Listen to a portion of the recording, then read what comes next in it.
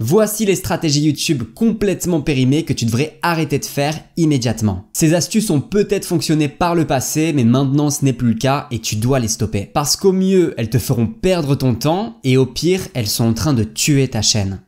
On commence directement avec la première qui est de faire une miniature mensongère. Alors ça, c'est une stratégie qui a beaucoup fonctionné il y a quelques années, notamment parce que avant il y avait que le taux de clic qui importait sur YouTube et si tu arrivais à avoir une miniature qui attirait l'œil et avait un taux de clic élevé, alors c'était tout gagné pour toi. Le seul fait que tu aies un taux de clic élevé, YouTube se disait clairement cette vidéo intéresse et je vais la montrer à de plus en plus de gens. Maintenant, c'est plus tout à fait le cas parce que il y a un deuxième facteur qui est super important qui est le watch time, la durée moyenne de visionnage. Et c'est seulement avec le combo des deux, c'est-à-dire un taux de clic élevé et une durée de visionnage élevée, que l'algorithme YouTube décide de pousser ta vidéo au plus grand nombre de personnes. C'est d'ailleurs quand YouTube a décelé ce problème que certaines vidéos décidaient de mettre une miniature qui même parfois était mensongère, avec carrément quelque chose qui n'était pas ensuite à l'intérieur de la vidéo, c'est-à-dire que tu cliquais pour une image que tu avais vue et la vidéo était complètement différente. C'est pour cette raison que YouTube a décidé de mettre en place le watch time et a donné une grande importance parce que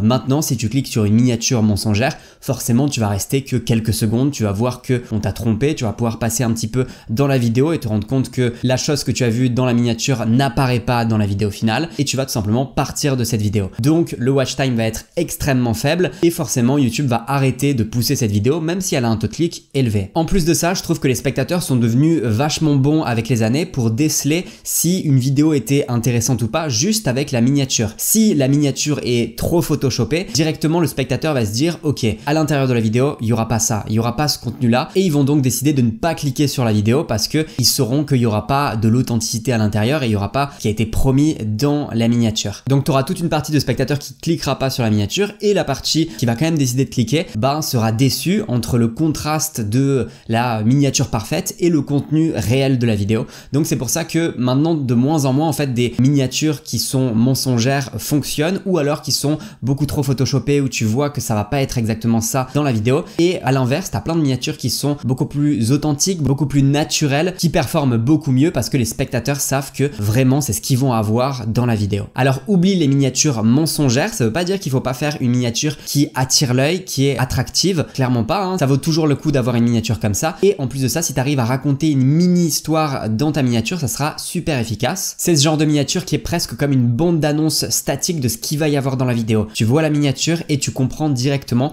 ce que tu vas pouvoir avoir dans la vidéo. La deuxième astuce obsolète, c'est d'ajouter un générique en début de vidéo. Clairement, quand les spectateurs ont décidé de cliquer sur une de tes miniatures, ce qu'ils veulent, c'est avoir accès à ton contenu directement. D'ailleurs, les 30 premières secondes d'une vidéo, c'est le plus important pour toi parce que c'est là que le spectateur va décider si il décide de quitter ta vidéo directement ou alors de regarder plus longtemps. Dans 99% des cas, ajouter une intro est une mauvaise idée. Tu devrais enlever ton intro, ton générique si actuellement tu as encore une intro ou un générique dans tes vidéos. Ce que veulent tes spectateurs quand ils ont décidé de cliquer sur ta miniature, c'est d'avoir la promesse pour laquelle ils ont cliqué, c'est-à-dire soit de l'information, soit du divertissement par regarder ton générique. Alors les 30 premières secondes d'une vidéo sont tellement importantes que sur ton YouTube Studio, tu peux retrouver cette courbe qui est du coup la courbe de rétention et où tu peux voir les 30 premières secondes ici. Tu peux voir en passant la souris ici que c'est le pourcentage de spectateurs qui regardaient encore la vidéo à 30 secondes et du coup tu as cette courbe qui descend de 100% à 31 secondes, on est à 68%. Et puis là, tu as un message personnalisé par rapport à ta vidéo. C'est YouTube lui-même qui te dit que, par exemple, pour cette vidéo, c'est 69% des spectateurs qui regardaient encore la vidéo à 30 secondes. Le but, bien entendu, c'est d'avoir la courbe la plus stable possible, d'ailleurs pendant toute la période de ta vidéo,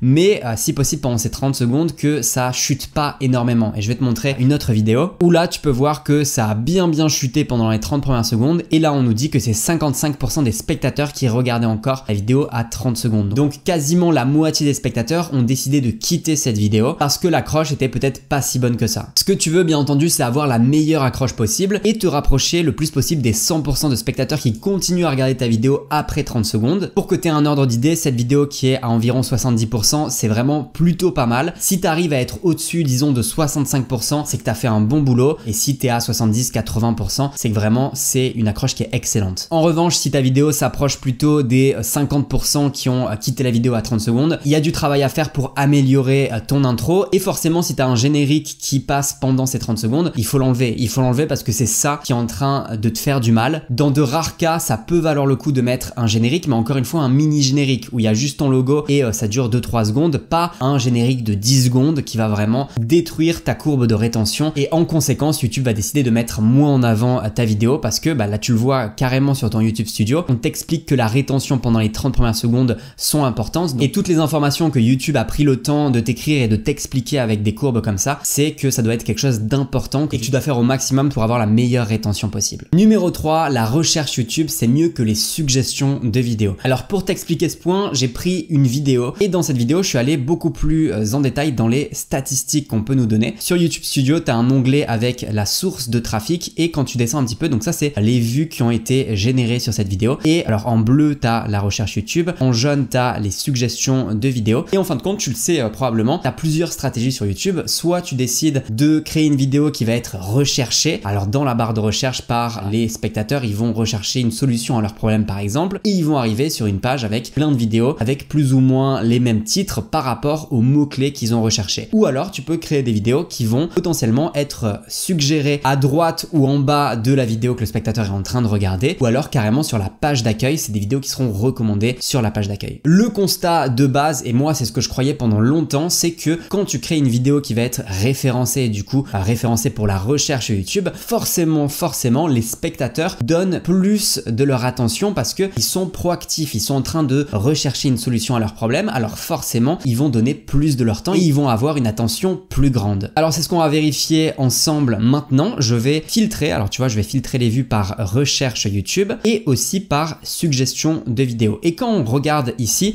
le nombre de vues et surtout la durée moyenne d'une vue, on peut voir que sur la recherche YouTube, on est à environ 3 minutes 17 pour les spectateurs qui du coup ont recherché cette vidéo en question.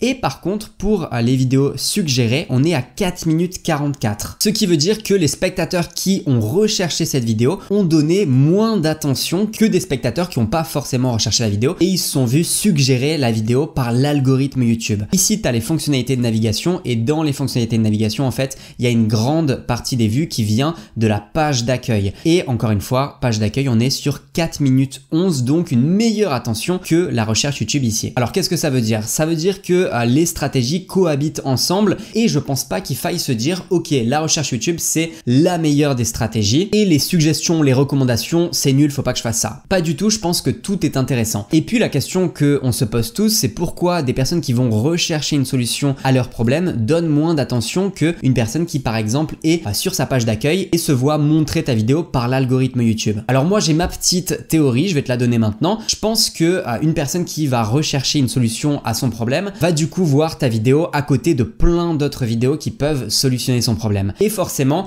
il a plein de choix devant lui et ça lui donne envie de regarder toutes les vidéos. Moi c'est ce qui m'arrive quand je recherche une vidéo, je sais que j'ouvre plusieurs onglets avec 3-4 vidéos qui m'ont paru intéressantes, en tout cas que la miniature m'a paru intéressante. Et vu que je sais que je dois toutes les regarder, j'en regarde un petit peu moins ou alors quand je sens que la vidéo me correspond pas vraiment, je la quitte assez vite. Alors que sur la page d'accueil, tu le sais, on te propose des vidéos de différentes thématiques. Il y a beaucoup moins de concurrence parce que si on te propose une vidéo qui va par exemple parler de tennis, tu vas pas avoir directement après une autre vidéo qui va te parler de tennis, ça sera forcément une autre thématique. En gros, si je peux prendre un exemple, c'est comme si tu allais chez le marchand de glace et que toi ce que tu adores c'est le chocolat. Tu as le premier marchand qui a juste 2 parfums, il a vanille ou chocolat, directement tu vas prendre chocolat. Alors que si tu vas chez un deuxième vendeur de glace et que lui il a plein de parfums différents, il en a une centaine, il a chocolat au lait, chocolat blanc, chocolat praliné, chocolat menthe, bon bref, plein, tu vas en prendre un et puis tu vas pas être trop satisfait et puis peut-être que tu vas retourner, tu vas dire non j'en veux un autre. Bref, ça peut être la même chose, je sais pas si cet exemple est très bon, là je me rends compte qu'il est pas dingue. Et puis n'hésitez pas à me dire en commentaire quand je pars en cacahuète comme ça, avec un exemple, dites-moi s'il est intéressant ou pas. Mais voilà, c'est ma petite théorie, je pense que quand t'es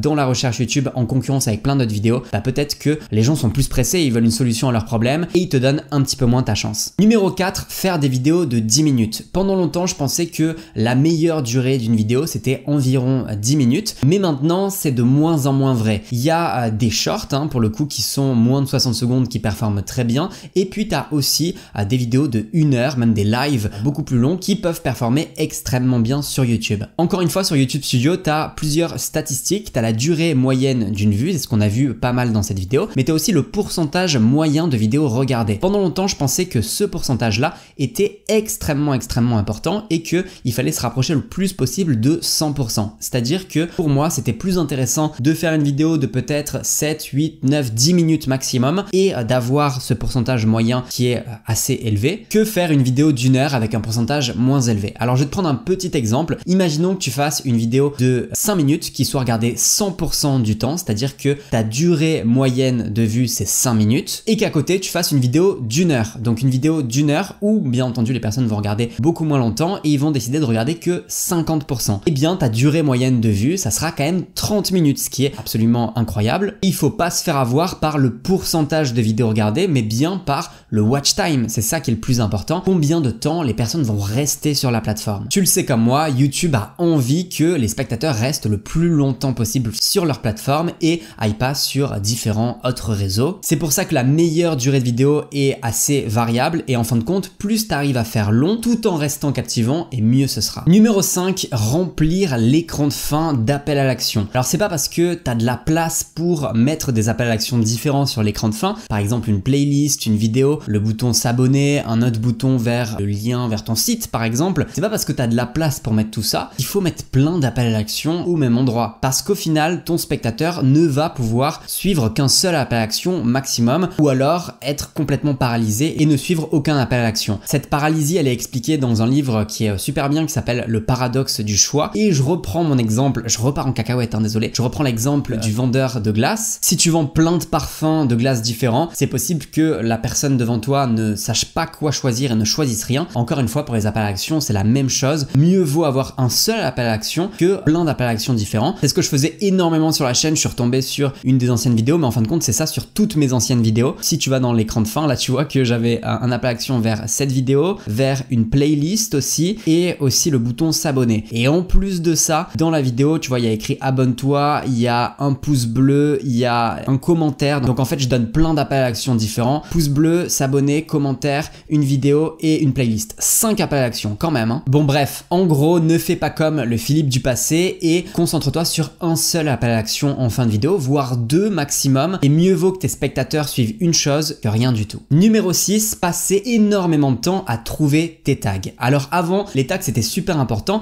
notamment parce que YouTube n'avait aucune idée de quoi parler ta vidéo. Alors tu devais lui expliquer, mettre des mots dans les tags pour dire ben voilà, ma vidéo elle parle de ceci, de cela et elle peut être trouvée grâce à ces mots-clés. C'était des informations extrêmement précieuses et c'était important de mettre des tags parce que sinon c'est comme si tu envoyais un MP4 à YouTube et tu lui disais ben voilà, je sais pas de quoi parle cette vidéo, bonne chance pour essayer de comprendre de quoi elle parle. Aujourd'hui, c'est plus du tout la même histoire. D'ailleurs, YouTube lui-même te le dit que les tags n'ont qu'un impact minime sur la visibilité de vos contenus. Et c'est normal parce qu'aujourd'hui, YouTube arrive à générer automatiquement des sous-titres. Et ces sous-titres, ils sont à 99% justes. Donc t'imagines bien que tous les mots qu'ils arrivent à générer de tes sous-titres, ils arrivent en fait à comprendre ta vidéo. Ils arrivent à savoir ce que tu dis, de quoi ta vidéo parle, quels sont les mots-clés importants. Et c'est en fin de compte ton contenu lui-même, ce que tu dis dans la vidéo qui va aider YouTube à comprendre comment référencer ta vidéo. C'est aussi les mots-clés que tu vas utiliser dans le titre, dans la description, c'est le contenu en lui-même comme on a dit. Et puis ce qui est important pour la réussite de ta vidéo, c'est aussi le montage, le fait que tu sois bon à la caméra et pas forcément juste les tags.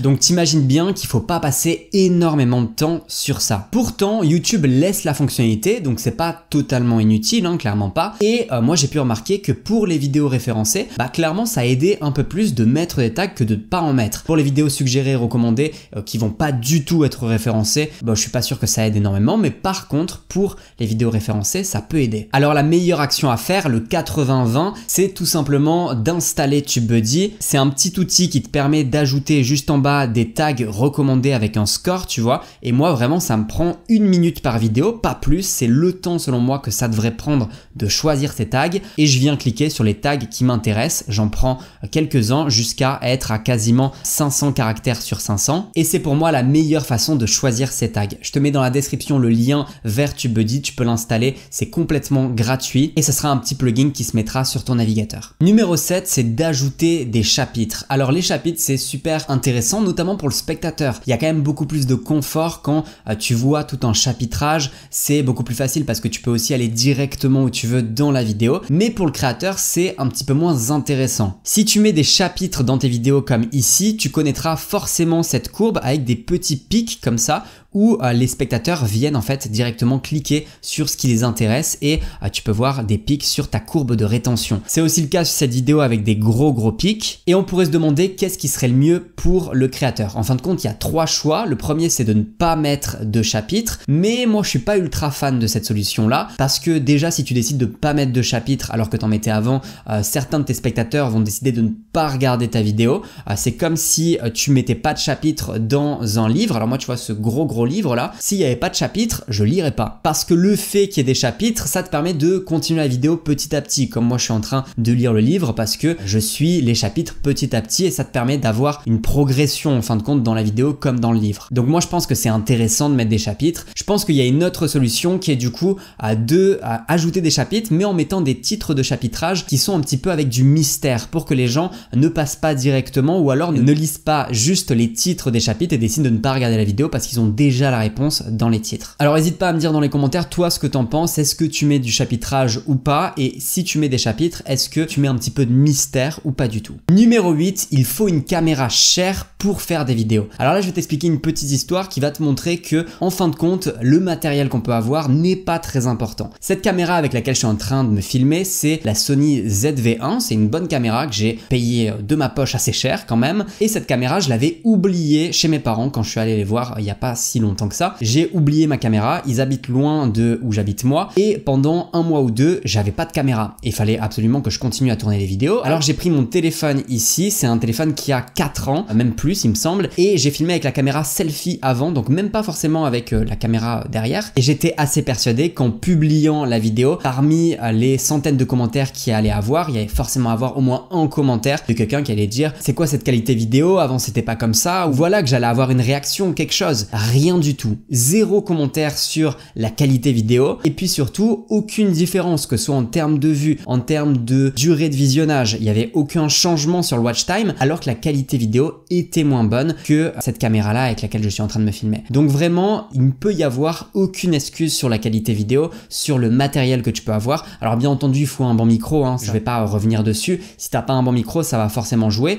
mais la caméra ne change rien du tout dans la qualité de ta vidéo, c'est forcément comment tu vas t'exprimer à l'oral, le montage qu'il va y avoir qui va donner un dynamisme et c'est pour toutes ces raisons que je continue à te faire cette vidéo alors que là il fait nuit noire dehors, j'ai plus grand éclairage et la qualité est pas dingue, mais je sais que vous vous en foutez les gars, donc je continue à faire comme ça. 9e conseil obsolète, c'est d'avoir une chaîne différente pour tes shorts et tes vidéos longues. Alors ce conseil il a été donné par le passé et il a pu être valide, mais maintenant c'est plus du tout le cas parce que YouTube veut que tous les contenus soient sur la même chaîne, que tu fasses des shorts, des vidéos longues, des lives, tout sur la même chaîne et les interconnecter entre eux. Il y a d'ailleurs une fonctionnalité qui te permet d'extraire des shorts de tes vidéos longues directement sur ton YouTube Studio et ensuite quand tu as extrait ce short, tu peux voir qu'il y a la petite mention créée à partir de la vidéo de, là pour le coup je veux réussir et en fait tu peux cliquer, c'est cliquable directement et du coup si on clique on arrive sur la vidéo longue en question. Donc clairement YouTube fait des efforts pour interconnecter tous les contenus et si tu avais décidé de faire une chaîne dédiée aux shorts, tu pourrais pas faire